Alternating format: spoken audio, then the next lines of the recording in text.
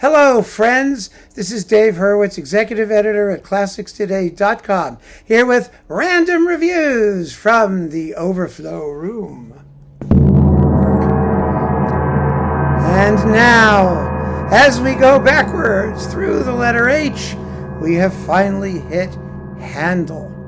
And actually, most of my Handel is upstairs because when I wrote my book on Handel, I was listening to just gobs and gobs of it. And I've got enough Handel for like the next 5 billion years. And if I start with Handel and do all of it, that's all we're going to do for like the next several years. So the Overflow room Handel is sort of my older Handel collection. And the newer collection, which is like 5 times larger, is up there. But there's still an awful lot. I mean, because Handel wrote so much music, and so much of it's marvelous, and so much of it is very little known. So I want to take a little time to talk about some of this, because there are masterpieces here, one of which is this. We're going to start right away, especially in his operas, Tamerlano. Now, Tamerlano is one of the great Handel operas. He wrote it originally in 1724. And revised it later, much better, because he found a better version of the libretto, believe it or not, and decided, well, I can improve this, and so he did. It has some remarkable features, not the least of which is that it's one of the very few operas of the period where one of the leads is a tenor. The tenor is Bajazet, the sultan of whatever he is, who is being held captive by Tamerlano, and whose sexy daughter, Astaria, is desired by Tamerlano. The story is actually a very good one. It's pretty tightly wound. It's really very simple. Tamerlano is a tyrant, and he has captured Bajazet and his daughter, and he has a friend, Tamerlano, named Andronico, a Greek soldier, who is in love with Astaria, and Astaria is in love with Andronico. Tamerlano is supposed to marry Irene, but when Tamerlano sees Astaria, he decides to dump Irene, much to her consternation, and go after Astaria. Now, Astaria pretends to accept Tamerlano's advances because she secretly wants to kill him. Although she changes her mind in Act 2 and then decides to do it again in Act 3, more or less, something like that. And so it's a big mess, and Irene is in disguise and, trying to manipulate things to her advantage, and Andronico is trying to get back with Astaria. And that's basically the plot. But what happens at the end is really unusual for opera seria, particularly for on-stage antics, because Bajazet is so distraught at what he considers to be his daughter's betrayal that he kills himself. And his suicide is one of the most gripping things that Handel ever wrote. I mean, he takes it completely seriously, as well he might. And it's a stunning piece of writing. It really is. It's very, very moving and gripping and realistic, for opera seria with all of its conventions. And so once he's dead, Tamerlano, suppose an awful person throughout, I mean, he has no redeeming qualities, is moved, theoretically, and decides to allow Andronico to marry Astaria, who at that point has been enslaved and, treated rather badly because she tried to assassinate Tamerlano a few acts ago. And so they get together, and Irene and Tamerlano get back together as they originally were supposed to. But this ending is so implausibly unconvincing, let's face it, as a happy ending, supposedly, that the final chorus, which is, oh, love reigns supreme and everything's back to the way it's supposed to be, it's entirely in the minor key. The music is totally at odds with the words, which is really fascinating. It really tells us where Handel's thoughts really were and sort of what's really going to happen. So it's a solid 3 hours of singing to work all of the complexities out. But it's a remarkable work, and this is a fantastic performance of it.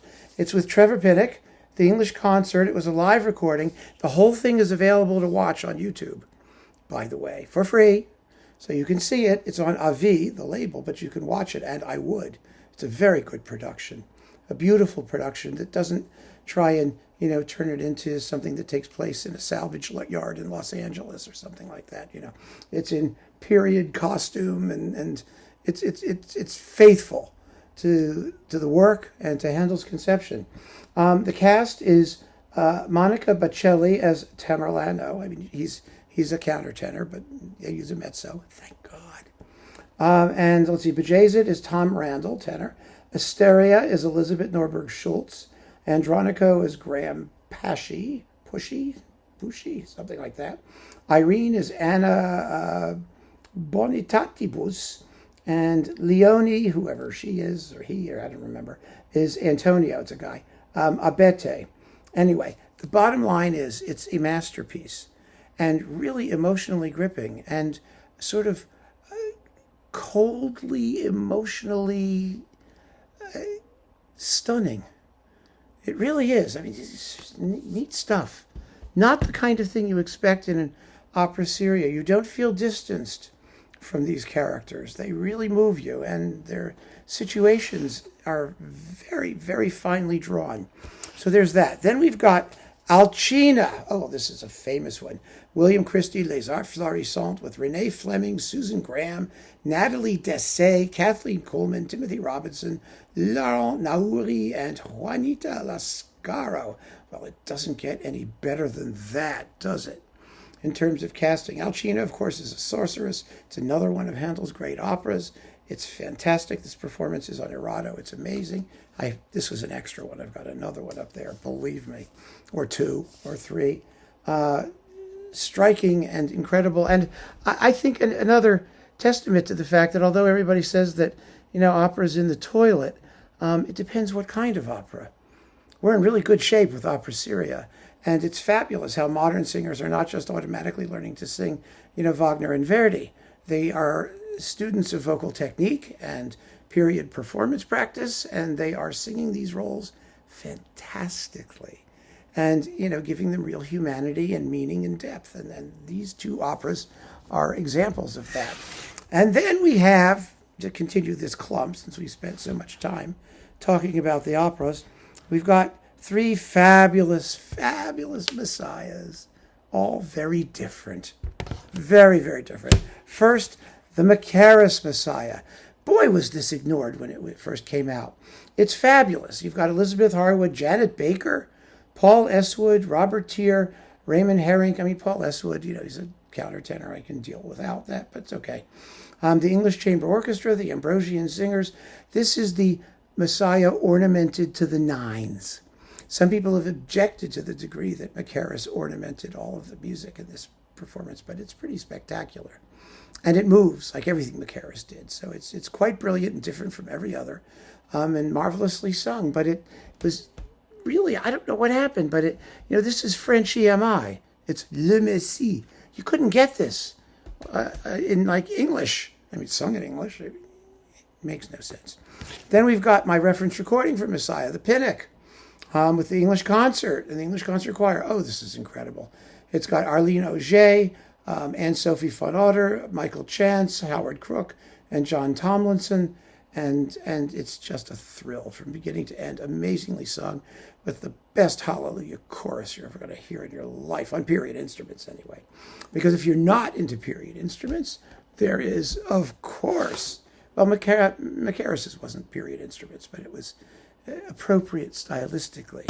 For inappropriate stylistically, we've got Beecham in the Eugene Goossens orchestration with cymbals and bass drums and snare drums and screaming and yelling. And oh, God, it's fun. And it's parts 1, 2, and 3 with an appendix featuring, the cast. Jennifer Vivian, Monica Sinclair, famous in her as the Gilbert and Sullivan contralto par excellence. Her Cadishaw was amazing. There is beauty in the bellow of the blast. There is grandeur in the roaring of the gale. Oh, never mind. John Vickers, tenor, and Giorgio Tozzi, bass, with Beecham and the Royal Philharmonic Orchestra and Chorus. 1959 in glorious stereo. A performance that is absolutely, positively objectively wrong in every possible way, and it's a masterpiece. It's glorious. Do we care about anachronism? No. It's amazing. Just amazing. So you've got to hear it. You owe it to yourself to own it. And boy, this has been a very good clump of Handel. There's only 5 things in it, but they're all fantastic. And some of them will be familiar and some of them will be very unfamiliar. But it's all really worth exploring. So there's a lot more nifty stuff to come. Keep on listening, friends. Thanks for joining me. Take care.